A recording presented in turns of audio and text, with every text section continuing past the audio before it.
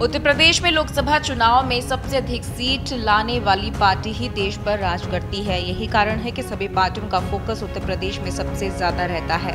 Bharatiya Janata party कुल 80 सीटें जीतने के लिए एड़ी चोटी का जोर लगाए हुए है। समाजवादी पार्टी भी बीजेपी को रोकने के लिए न चाहते हुए भी कांग्रेस से गठबंधन किया है। बीच में ऐसी बातें भी उठी कि इंडिया गठबंधन बीएसपी प्रमुख को पीएम कैंडिडेट बनाने का ऑफर दे रहा है, पर बीएसपी प्रमुख ने खुद इन बातों का खंडन किया और ये भी कहा है कि वो ऐसी बातें उनकी पार्टी को कमजोर करने के लिए की जा रही है। इसके बावजूद बहुत से लोगों को ऐसा लग रहा है कि उत्तर प्रदेश की राजनीति में कुछ तो जरूर चल रहा है जो सामान्य नहीं है। इसकी सबसे बड़ी वजह के रूप में सामने आ रहा है कांग्रेस और समाजवादी पार्टी के कैंडिडेट्स की घोषणा में होने वाली देरी।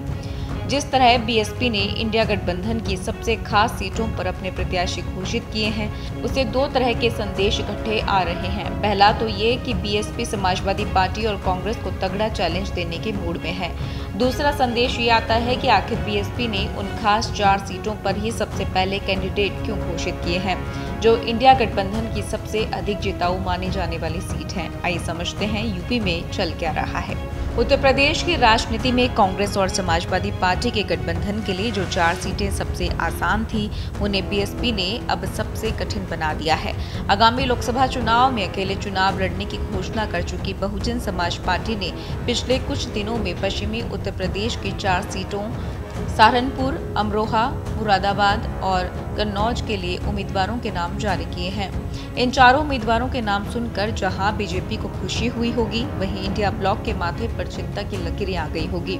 इन चारों उम्मीदवारों का गणित समझने के बाद यही लगता है कि बीएसपी ने ये तय कर लिया है कि अगर खुद नहीं जीतेगी तो कांग्रेस और समाजवादी पार्टी को भी नहीं जीतने देगी।